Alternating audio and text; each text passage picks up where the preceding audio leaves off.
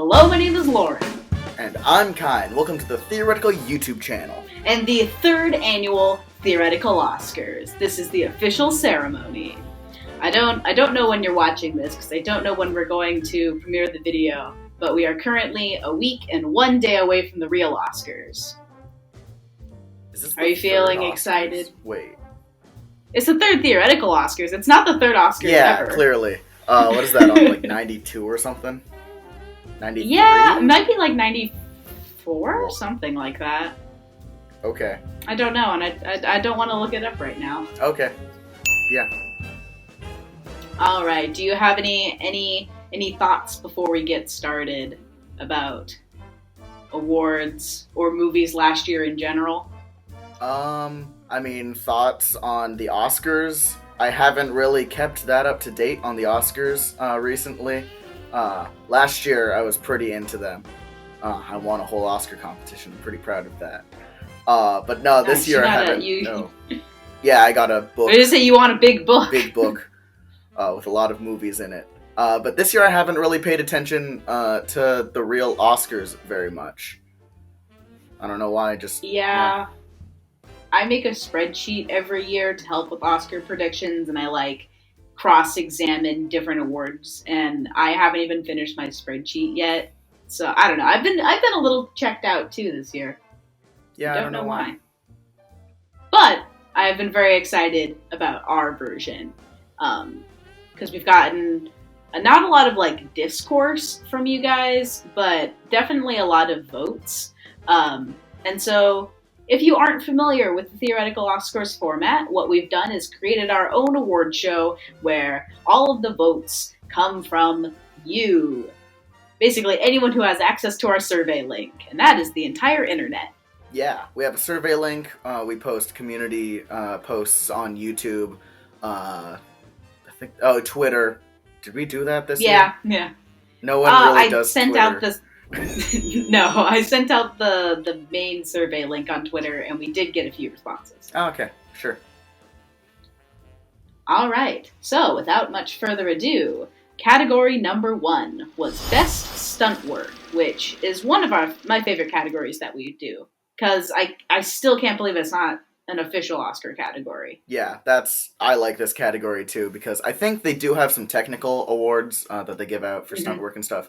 But it seems like such a big part of movies nowadays that, well, I mean, not even just nowadays, but back in the day, it was even right. bigger. Nowadays, a lot of it can be kind of compared to the VFX, and they go hand in hand a lot.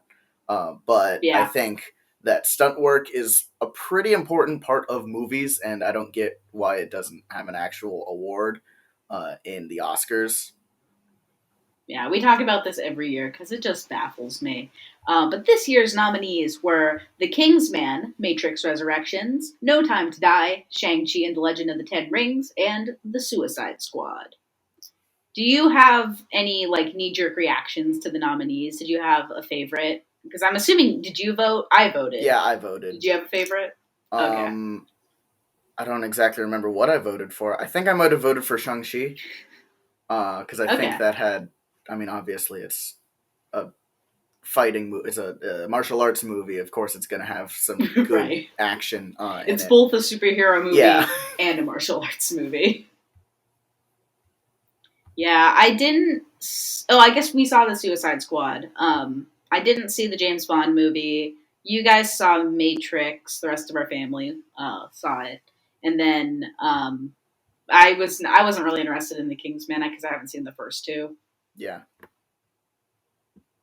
All right. So according to your votes, the winner in both the full survey link and the YouTube community posts, because a lot of the times those were very, very different, but both of them agreed this time that the winner was Shang-Chi and the Legend of the Ten Rings, with a total of 62% of the vote. Yeah, which is not insignificant. Yeah, that's at all. Pretty big.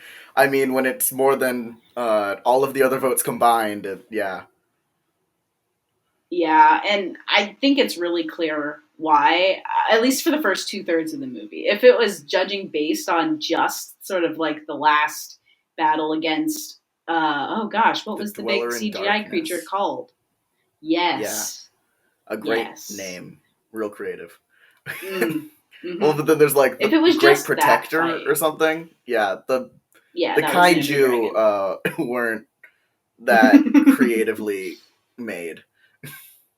Yeah, but I think the bus scene in the first act, and then the fight in I don't remember the name of the city where they go and find. Madripoor. Oh wait, that wasn't in Madripoor. No, Madripoor was in Falcon and the Winter Soldier. Uh, I don't remember where they were, but when they find his sister, and then they fight yeah, in the ring, and then that evolves into the fight against the Ten Rings. It was just very very cool. yeah, Yeah, I also voted for Shang-Chi, yeah. I do so think that the doesn't second really half. surprise me. I do think the second half was a bit lacking. There was the Wenwu and Shang-Chi fight, but that was That was pretty yeah, cool. but that was pretty much it. And that utilized a lot of the rings, uh, as Mm-hmm. opposed to Oh, and also just the opening fighting. fight between Wenwu and I forget his mom's name, but in the forest outside Yeah, Talo, like one of the first scenes in the yeah, movie. That was also very cool. There was like a lot of different styles that were all being yep, filmed. Yeah, I think it's a very clear yeah, winner. definitely. Moving on to our next category, which was the worst Bechdel fail. If you're not familiar with the Bechdel test, it's mostly a joke that a lot of movies don't have two named female characters talk to each other about anything other than a man. At least it was originally intended as a joke, and now it's used as like a bit of a litmus test on the internet to judge whether or not a movie is um, progressive. I don't know what type of word you would put there. It's Woke. also a bit of a joke on our categories too. I just like pointing out which movies still technically fail, although there's less and less every Yeah, year. But this year, the nominees were Free Guy, Luca, No Time to Die, and Venom: Let There Be Carnage. And again, some of these technically, like you could make an argument that they do pass. Like in Luca, Julieta talks to the person organizing the race, but it's like for half a sentence, yeah. and so yeah. Do you have any predictions as to which one won? This category is always kind of wishy-washy and like what it actually means. Like, is it the movie that failed Mm-hmm. the Bechdel test the worst? Is it the worst movie that happened to fail the Bechdel test? Or is it like the movie that you're so surprised failed the Bechdel test because it was that good, making it the best movie that failed the Bechdel test? I think that's the way I interpret it. It's like not even like it was so good I can't believe it failed. It's more like which movie surprised me that the Yeah, most. like Um, the largest, which is the worst, the failure is the aspect that is the worst about this movie. yeah, It's a very complicated issue. yeah. Well, voting was complicated too because it is a two-way tie with a perfect 33.3% between Free Guy and No Time to Die, which yeah, one of them has the word guy in the title, and the other one is a James Bond film. Yeah. So Do you really expect those movies to I'm actually pass? not surprised. I think I voted for Luca. I think that one was the one that surprised me That the most. surprised you? It didn't really I guess it is surprise. about two best friends who happen to be Yeah, guys. and So it's a very hmm, small cast of characters too. So like, that's true. it's not like if Avengers or something didn't pass the Bechdel test, it'd be insane. Wait, Yeah, I actually haven't looked into I'll have to look that up. that. Wait, no, there's got. I'll look it up. You viewers will know before I do. All right, the next category was the best Wilhelm scream, which I'm reading the names right now and words are not forming. Ah, there they are. Clifford the Big Red Dog, Red Notice, and Star Wars Visions.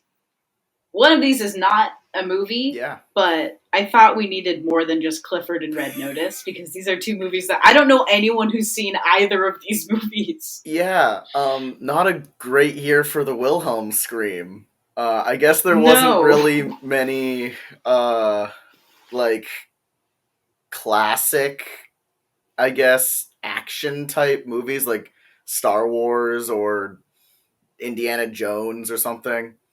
Those are the ones that you'd like, oh, that's going to have a Wilhelm scream in it. Didn't really expect one in Clifford the Big Red Dog. I guess Star Wars Visions is... It's in the trailer. It's in the trailer? Oh. Yeah, just as a little Easter egg, I guess. And if you're wondering, the Wilhelm scream in the Star Wars Visions was in the Tatooine Rhapsody episode. Yeah. Which I did see. I haven't seen all of the Star Wars Visions episodes just because I watched the first 5 and then I ran out of steam and I took a break and I just haven't watched the rest. But I did watch that one and it's one of my favorites. If you don't know what the Wilhelm scream is, this conversation hasn't made any sense to you. That's a great point. You have a whole video about it. Screen where the card's up here. Yeah. Yeah, we made a video about it. You can click on the card up there. All right, so the winner chosen by the internet, the most valuable source, was Star Wars Visions with a total of 51.4%. Nice. Another, what is it, a popularity? Like there's a majority is just beat them all. Popularities beat everything together. Something like that. Yeah. That sounds right. Sure. But yeah, another one that beat all of the others combined. And I think it's probably just because it's not Clifford or Red Notice. Yeah. I would agree with that. Okay, we're coming up on maybe my favorite category that we do, which is which film had the best advertising campaign. And the nominees this year are Free Guy, I'm going to say that again, Free Guy, Matrix Resurrections, and Spider-Man No Way Home. I really like this category. It's not just trailers. It also has to do with the posters and also how they use social media and just getting people to know the name of this film and be excited and get people in seats or to stream it virtually in the way that movies get released now. But I feel like 2021 was a year that dropped the ball on advertising campaigns a lot. I think this year definitely has examples that I would say are some of the worst advertising campaigns lately, especially for Encanto, which it might be controversial because everyone's heard of it now, but it came out in November and I didn't know it was coming out. I knew about the movie, but I didn't know it was coming out in November until November. And it was very sudden. And I think part of the reason it became so popular is that it was just oh, here's a brand new Disney movie that you can now watch if you have Disney Plus. And it looks like it just popped out of nowhere. There was not a lot of hype going into it. I think leading up to it, I saw the teaser trailer and I was like, oh, cool. And then I saw another trailer and I was like, oh, okay, that's coming out in November. Okay. And then it was a week away and I'm like, wait, Encanto's coming out in a week? How did I not notice? Imagine if that happened with Moana or Frozen. Everyone knew those movies were coming out when they were coming out, at least if they cared.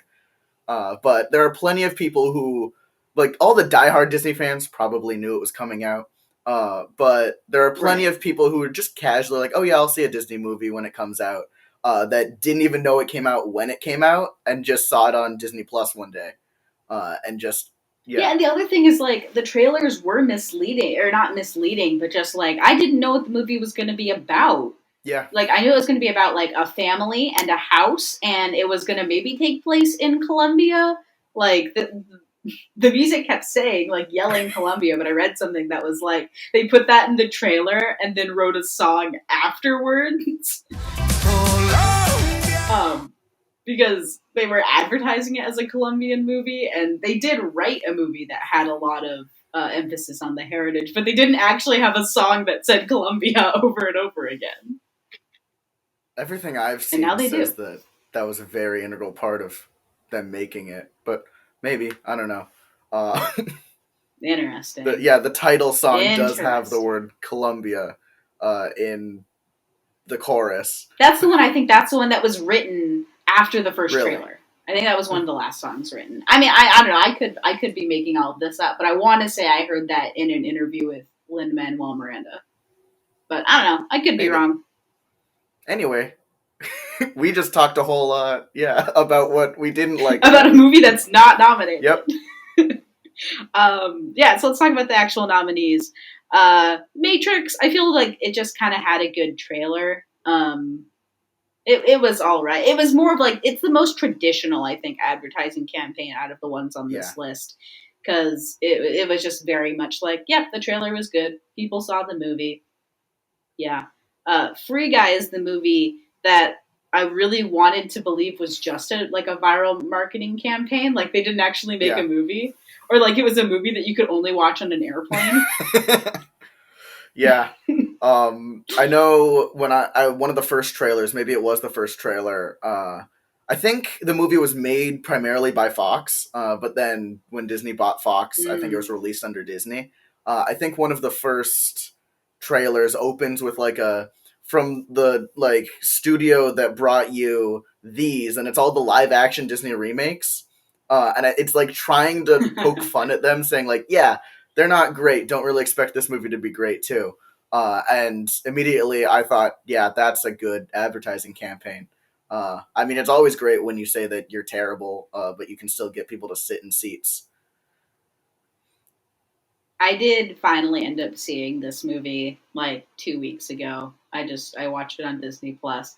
It's fine. Yeah, it's not that great of a movie. I think that the advertising campaign was better than the film. Yeah, I know Ryan Reynolds also did quite a bit. He didn't direct, but I think he produced and other stuff on the movie like that. Obviously acted in it. But I know he did a lot with the advertising campaign. Like there was a Korg and Deadpool like react video based on it. Okay. And there was another like video where the dude, like Ryan Reynolds plays the dude or something. I don't know. But they did a lot of untraditional trailers and advertising schemes for Free Guy, and I enjoyed it. Nice. But I think the most interesting ad campaign this year is probably for Spider-Man.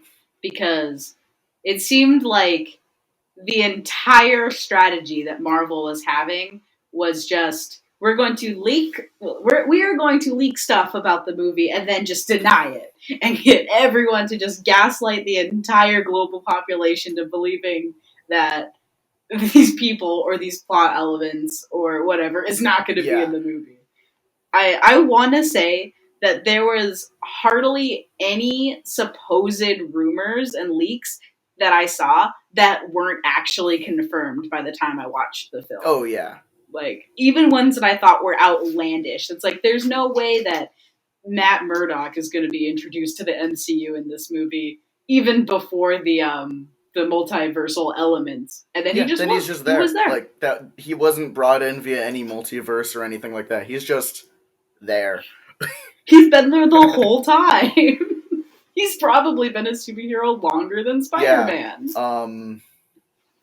I think one of the biggest things was like when there was that leaked footage of Andrew Garfield on the big blue screen, his arms like that or something on a railing. It was in the movie. Like I saw the shot that was in the movie. I forget what he said. And then there was do you ever get a web so block? I think is the footage was silent in the leak, but I saw the mouth movement in the movie. I'm like, that's the leaked footage. Well, because they took that video. It was supposedly leaked, or it probably was, and then there were people who came forward and they're like, "Oh no, it's faked, and here's how I faked it." But then other people were like, "No, this is how they faked faking." Well, their faking video was terrible. It just waffled. It was like, "Oh, I deep faked this video. Here's how I did it," and then they showed the deep faking footage of them supposedly deep faking it, and it's like that's not how deep faking works. Yeah. This one is not surprising to me, the results of the survey. On our main survey link, it was 100% Spider-Man, and on our YouTube survey, it was 80% Spider-Man, with a grand total of 83% Spider-Man had the best advertising campaign. And that makes, it just makes sense. It also, like, it was successful. Yeah, the movie was successful. Like, yeah, like, we're talking about Free Guy, is like, it was okay. Matrix is like, I guess, it was a Matrix movie. Spider-Man, we also didn't talk about, like, how the trailers were also just good trailers. Oh, yeah. Yeah, the trailers were good, and also the trailers set records. Yeah, the trailers set records for trailers. That seems pretty simple of a category. And I'm glad that we had some good advertising campaigns in a year that probably suffered overall. The next category is the best Deus Ex Machina in a film. Again, I don't know how we define the best Deus Ex Machina. Is it the most ridiculous? Is it the most uncalled for? Or is it like the one that's genuinely good? I don't know. But the nominees are Cruella, Raya and the Last Dragon, and Shang-Chi and the Legend of the Ten Rings. Should we address what each of the Deus Ex Yeah, I think Machinas so. are when we put together the nominees? I voted for Cruella because in the theater, I watched the movie and I thought this is going on the theoretical Oscars under the best Deus Ex Machina category. Spoilers for probably this entire portion of the video, but there's a moment in Cruella, if you haven't seen the movie, where she gets pushed off a cliff and she says that she died, but really she means that her alternate persona died. And what actually happens is she rips a pull cord from underneath her skirt and then paraglides onto a boat and then fakes her own death in order. And it's the most like, what just happened? Why did that happen? It's I laughed out loud in the theater and it was fantastic. I think that was my vote because I think it was so ridiculous that it worked. Like I wouldn't have wanted them to do it another way. I think my vote was for Raya and the Last Dragon. It wasn't as like laugh out loud ridiculous. It was more like infuriating. Yeah. It was so frustrating. If you don't know what we're talking about, the very end of Raya and the Last Dragon, I forget exactly what happens, but like all of the Droon, they're caught underground. They're surrounded by the enemy, and they're all getting turned into stone and stuff. And then, like in one final moment, do they put the pieces together, or do they just like set them next to each other? I don't remember if they're put together at this point, but they sort of like they reunite the heart. Wait, is it the heart? What is the orb called? The dragon something. I don't know. But all the pieces, all the MacGuffins throughout the entire film, they like pull them all together and they put them into Mari's hands. And Mari is not the protagonist in the movie, so I don't know why she's like getting all this emphasis here. And the entire movie, when they all get turned into stone, every character does this with their hands. And it's never explained why. But we thought it was because you had to put the stone in someone's hand. Whole movie is like, but instead, you gotta trust someone else with it. Like, stop fighting with each other. Mm-hmm. You have to gift it to someone, and that's why they're all begging for the stone. Like, that's how you end the wars between the people. And no, apparently. It's like, you can't keep the power for yourself, you have to give it up. But no, you just set it down on a table and then just, like, hug them. And it just doesn't make any sense. Yeah. Why? It's like, they literally, like, oh no, we're just gonna put it over there. And then, they're even, like, the way that they all, like, because it has Raya in the middle, and she has her hands out, and then everyone else is, like, coming around her, so she's, like, the focal point, and then Namari, who has been her antagonist, and the person, like, the relationship between those two is all built on, like, non-trust, and instead of having the symbolic, like, gift of the orb, which they've been fighting over, and it just doesn't happen, and I don't know why. And also, it solves the entire day and brings back a major character who died, and then it just starts raining and it solves all the problems. So that was so the other big Deus Ex Machina is the fact that Sisu literally dies in the movie, but then is just back because do they give an explanation? I think the other dragons revive her. Comes back so that, like, by doing a dance. Or spinning around or something. I don't exactly remember. It's not great. No.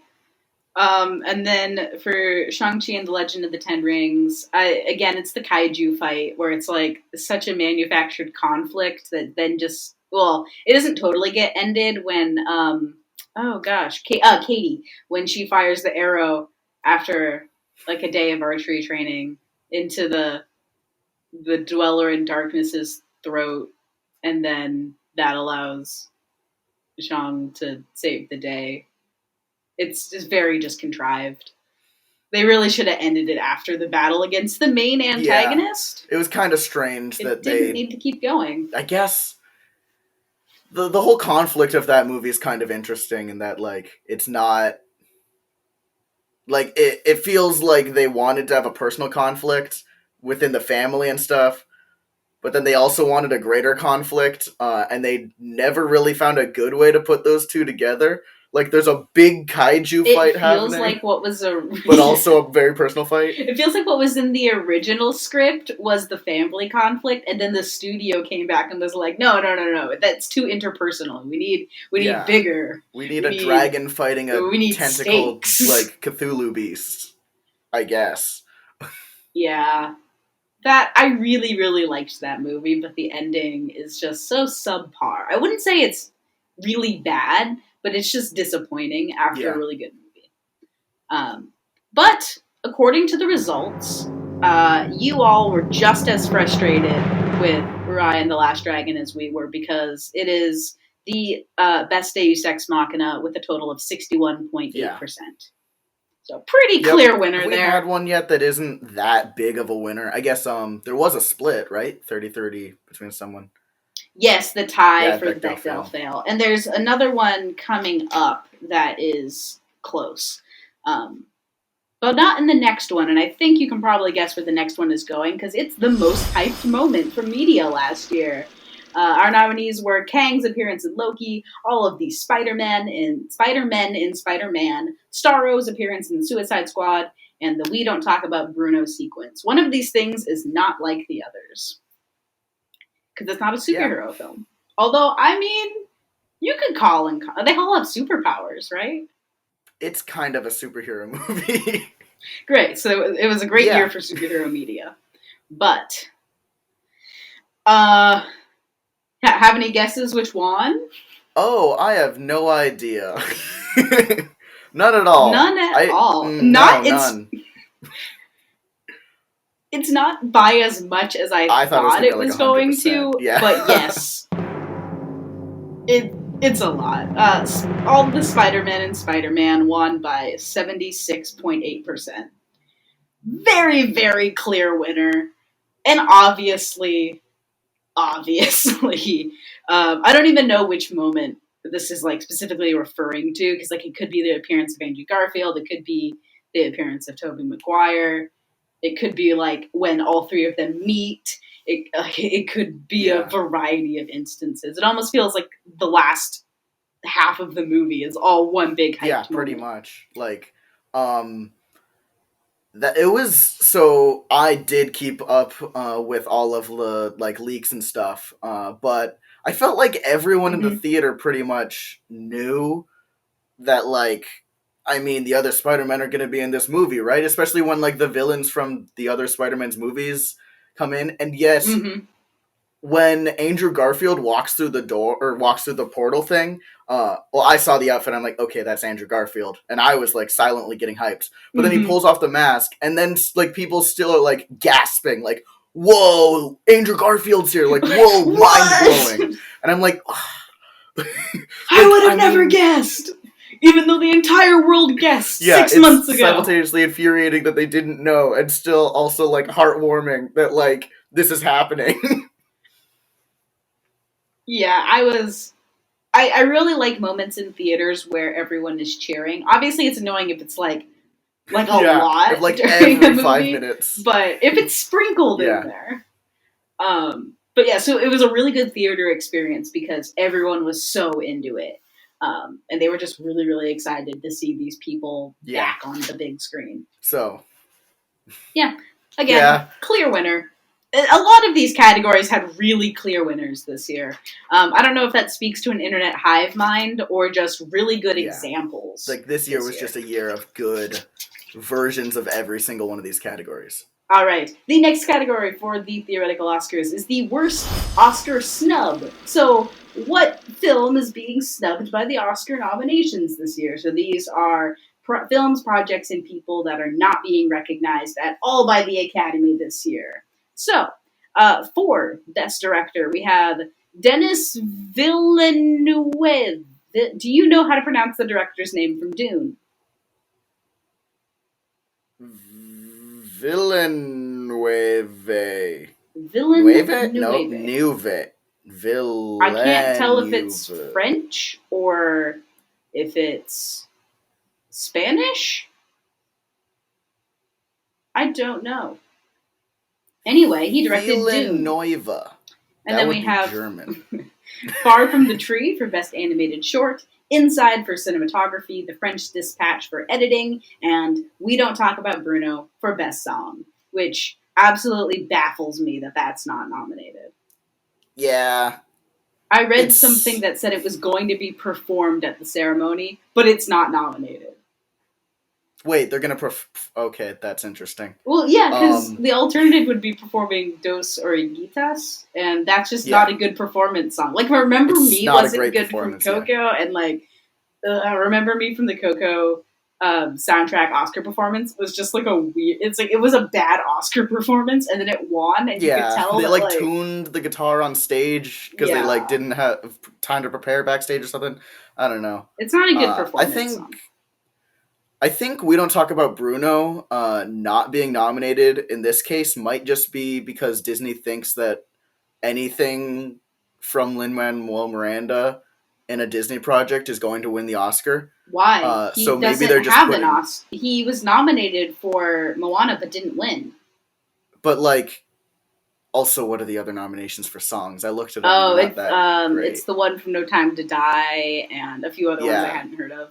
I think they just think that anything from the movie is a shoo-in, so they're putting the one that either they're most proud of or represents the movie the best, as opposed to the one that's popular. Been on the number one of a bunch of music things for weeks. Yeah, most of these are pretty self-explanatory. Far from the Tree, if you don't know, was the animated short that played before Encanto. I'm sure people don't know that because people didn't see it in theaters because the ad campaign sucked. I voted personally for Inside for cinematography. Inside is the Bo Burnham Netflix special that came out last year. And the reason that I think it was a good example is that it was all about limitation and what you're able to create with a few cameras and lighting equipment in one room of his apartment or his house or whatever. And he did it all himself. And it's a really visually stimulating project. Inside just had I think it was an example of making really cool stuff through limitation. And so I think I could have picked it for a lot of stuff, like even editing or it had a lot of music, so it could have been for best song. But yeah, definitely cinematography is what I picked out as the most unique. Do you have a guess which won? I have no idea. I will tell you there was a tie on our main survey, and then YouTube picked the winner. It's probably We Don't Talk About Bruno because that's the one that most people know. Do many people have a very big opinion on the editing of The French Dispatch? No, 0 people voted for that one. 0. Yeah, apparently not. So, I don't know. But it's probably We Don't Talk About Bruno because that's the one that's in the public eye, I'd say. You are correct. In our main survey, it was a 50% tie between Inside cinematography and We Don't Talk About Bruno for best song. And YouTube decided that with a 54.9%, We Don't Talk About Bruno was the most Oscar snubbed project. Wait. It was tied for one side, and then it got over half of the votes on YouTube? Yeah. Nice. Yeah. It had 56% of the vote on YouTube. And maybe that's the audience that watched your Surface Pressure song. Maybe. Video. Yeah. Thank you if you watched it. It was very fun to make. All right, the next category is the best credit sequence. And I will tell you right off the bat, the clear winner was No One Watches Credit Sequences. 35% of the vote.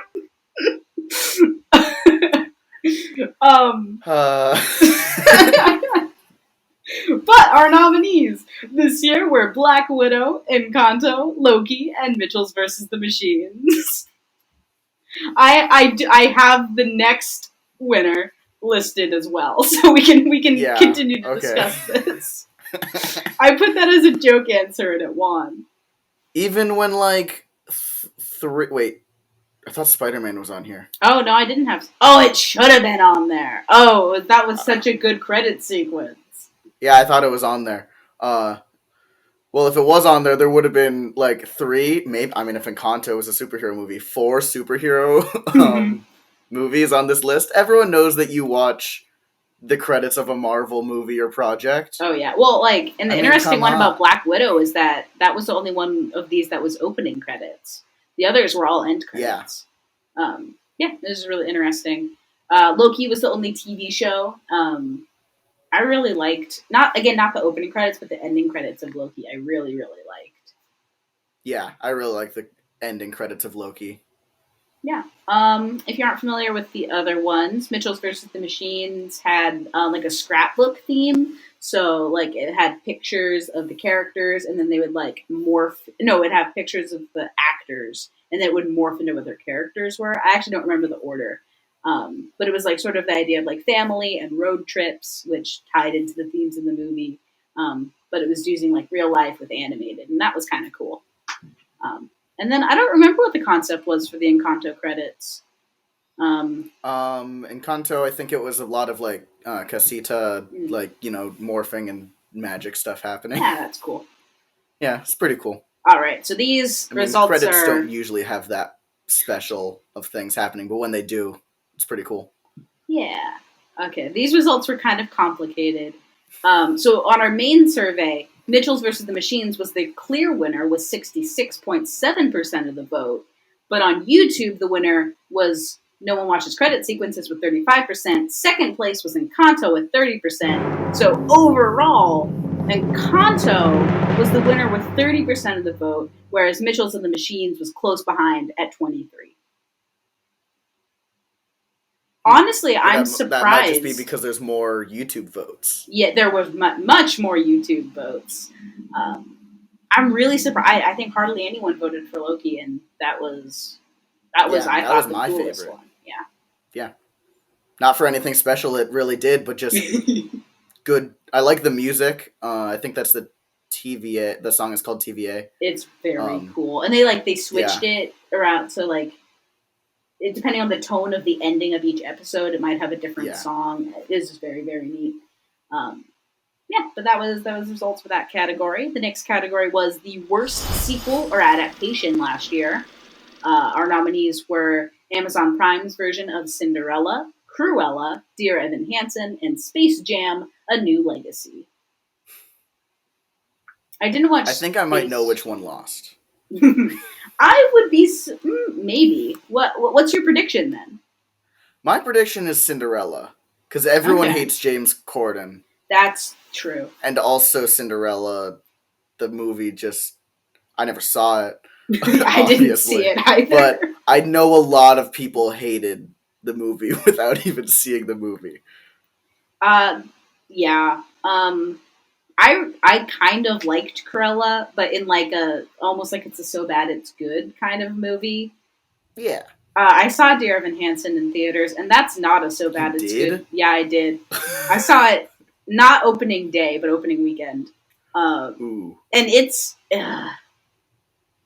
the first time I like coming out of the theater. Like first impression was like, oh, it's just a bad musical movie, but maybe it was an okay movie. And then I just kind of sat with it for like a week, and it was like, no, it was a bad movie.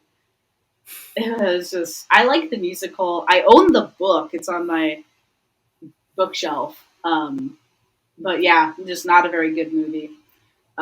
This was one where the results between our two like types of surveys were wildly different. Um, on the main survey, Dear Evan Hansen won with 83% of the vote. But on YouTube, the winner was Cinderella with only 53% of the vote. And there are just so many more voters on YouTube that in the yeah. end, it was Cinderella eked out the win with 47.5%, with Dear Evan Hansen following at 34%. Wow. A So it huge was like upset. 80% versus 50%, but there's just so many more. Interesting. Yeah. I haven't seen Cinderella, so I can't corroborate the results, but they do make sense. Yeah. I think I've only seen. Yeah, I only saw Cruella on that list, and Cruella was fine. Like it wasn't trying to be more than a movie about Cruella Deville. Yeah, Like, it was a Disney live yeah, action remake, sequel, reboot. Actually, I don't know what it was. no It idea. was something. And the final category of the theoretical Oscars is a new category that I really hope that we can keep bringing back year after year, and that is the 8th Subscribers' Choice Award, voted on by you guys. And it's a little bit like Best Picture at the real Oscars, but much nerdier. Yeah. No one really knows what the 8th subscriber is. No, no I one don't really knows know who what they the 8th are. subscriber is. I guess that's the point. So it's a really bad joke that we made when we had 8 subscribers or 7 or something. And for some reason, we kept it. What, We don't know for who the 8th some subscriber reasons, is because because they subscribed I anonymously. desperately want to know who our anonymous 8th subscriber was. If you're out there, let me know. Yeah. So the 8th subscribers choice award. That's just basically our you guys choose whatever you think is the best movie award, as voted on by you, as if all of the others aren't also voted on by you. But We did give you some yeah. suggestions. So we have Encanto, Mitchell's versus the Machines, Shang-Chi and the Legend of the Ten Rings, and Spider-Man No Way Home. But there was also a write-in category. And this was exclusive to our main survey. So if you were just voting on YouTube, you didn't have access to this because I didn't know how to make it write-in other than just have a ton of Just public make comments. comments. Yeah. I We guess don't get that many responses. Could have just made a comment. fine, whatever. But we did get one write-in. We got a write-in vote of Luca. That was someone's favorite movie this year. If it was your favorite movie, hello. Thank you for writing in. You wrote in. Are you the 8th subscriber? Are you the? You have to be, right? If it's the 8 subscribers' choice. Luca didn't win though, so sorry about that. Oh. I guess since it was a one vote write in. Yeah. Do you have a prediction? Or actually, no. What did you vote for? I don't remember. I think I might have voted for either Spider-Man or Encanto because I really liked Encanto, and also Spider-Man was just such a big movie. Oh, absolutely. Like, yeah, I think I didn't like Spider-Man as much as I liked Encanto, but it's just it's Spider-Man, like 30 years of Spider-Man all put together in a celebration and all that, and it would not surprise me if that won this award. All right. I voted for the Mitchells versus the Machines. I think that, well, I was torn between the other two because Shang-Chi and Legend of the Ten Rings, except for like the last 20 minutes, is maybe my favorite Marvel movie so far. I really, really enjoyed it. But I think my favorite movie of the last year was probably Mitchells versus the Machines. And like it surprised me how much I enjoyed it because I knew I was probably going to like it because it's produced by Lord and Miller and it's directed by what's his last name? It's Michael Rionda, who worked on Gravity Falls as a writer and an artist. So and Alex Hirsch is in it, right? I still haven't gotten around to seeing it. He might play the dog. I don't know who he plays. I know he was a consultant, a creative consultant on the film. Yeah. But anyway, it's also like similar to the style of like Into the Spider-Verse, right? Yeah, it had a really, really cool animation style. Yeah, and so it was made by a lot of people that I really like, and it had a good sense of humor, and it was just a really, really solid movie that made me laugh out loud a lot. So that I think that was probably the best animated movie, and I really hope it wins the actual Oscar, but I don't think it will because I think enough Academy members have children that Encanto will probably win, and it deserves to. But I really wish that Mitchells and the Machines could. Yeah, that was my choice for the 8th subscriber award. But I was not correct. With a 50% of the vote, the winner was Encanto.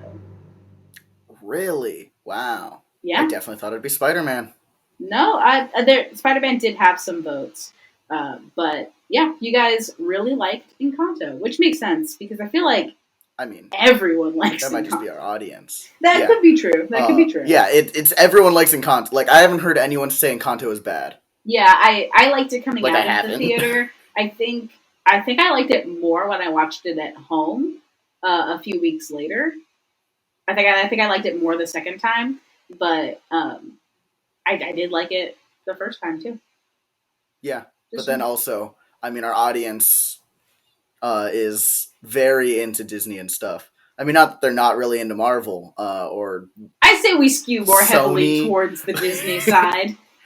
Yeah. For the amount of Marvel content I consume, I do not create an even ratio. Yeah. Certainly not. All right, so But that yeah. is all of the categories for this year's theoretical Oscars. I Yeah. greatly look forward to the next year. I'm already like putting together some ideas of films that I've been watching. I just saw, what did I see? I went to the theater to see something. It was Batman. I feel like Ah, Batman. the Batman. Yes, the Batman. I feel like it could have some hyped moments. Yeah, certainly. I haven't seen it yet. I think I'm going to see it soon. I also know that we constantly try to change some of the categories. We So do, uh, yes. If you have any if category maybe you have suggestions, if you have a suggestion for a category, or maybe we'll think of some new categories. Maybe there just won't be very many Deus Ex Machinas next year. I So we got to mean, replace that with like, there were some pretty bad ones this year, so yeah, maybe Hollywood will go the other direction. maybe. I don't know. But yeah, if you have any category ideas, put them in there. Or even if you just liked this video, then do subscribe if you want more stuff like it. We only do one of these a year. But I mean, if you liked any of the movies we talked about in here, we talk about things like that all the time. And I mean, if you have just anything that you notice that we maybe didn't agree with you on, or you have another category, something that you think we left out, you can comment that too. We also have a Twitter, although I don't call it out very much because no one follows us on Twitter. But some people follow us on Twitter. We have more than We have a eight Twitter. Twitter followers. More than 8. More than eight. It's at theories under. You can follow us on Twitter at theory_central. Or you can support us on Patreon. I don't know what our name is. It's probably something close to the Theoretical YouTube channel or Theory_Central, because those are the We're great at two this. names that we usually go by. But you can Yeah. support us like the incredible David W. and Alex Toquinto.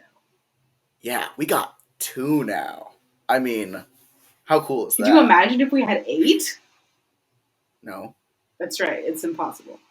So I believe that's all we have for today. So thanks for watching. And we'll see you later. You're much more well dressed than me because I don't have any good clothes here. Ha ha ha ha ha. I was gonna wear a top hat and then I realized I left the top hat at college. Aw. So sad.